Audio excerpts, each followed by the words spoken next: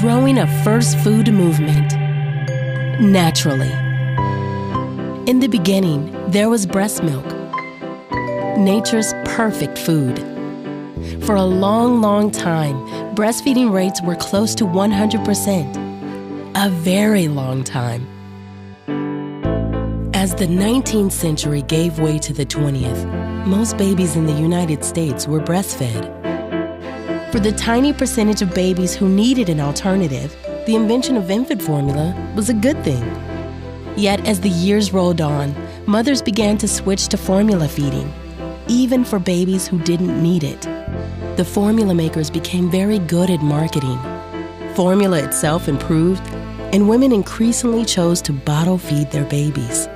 Hospitals built nurseries to protect infants from germs and bacteria, but that meant separating newborns from mothers at birth. Women joined the workforce in steadily increasing numbers, many in the service industry. Yet public policies around breastfeeding weren't supportive of working women. Formula came to be seen as a status symbol, while breastfeeding was viewed as out of step with a modern woman's lifestyle. Several generations of African American women grew up without seeing or knowing of their mothers or grandmothers breastfeeding.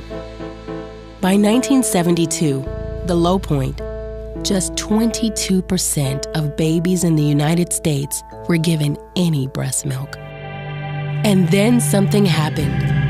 Pioneering young women began to question the status quo. Enough. This isn't natural. The La Leche League, founded in the 1950s by 7 mothers, gained traction in its advocacy to promote breastfeeding. Women of color found their voice in the outcry against aggressive marketing of formula in Africa and other less economically developed countries. Breastfeeding rates began to rise. International organizations, government agencies, public health officials, and healthcare professionals lent their support. Surgeon General C. Everett Koop held a workshop on breastfeeding. 6 years later, WHO and UNICEF issued the Innocenti Declaration to encourage and enable all women to breastfeed their babies. The following year, they established the Baby-Friendly Hospital Initiative. Breastfeeding rates climbed a little higher. The United States Breastfeeding Committee came together around a national agenda for protecting, promoting, and supporting breastfeeding. At the first annual summit on breastfeeding, maternal and infant health experts and policymakers gathered to align their efforts. The Affordable Care Act passed with provisions for workplace and healthcare support.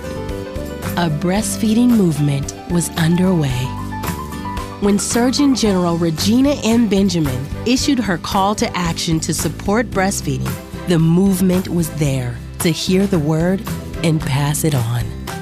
That movement is you. All of you have been making it easier for women to breastfeed. All of you are helping ensure more babies benefit from breast milk as their first food experience. Let's keep growing a first food movement together, naturally.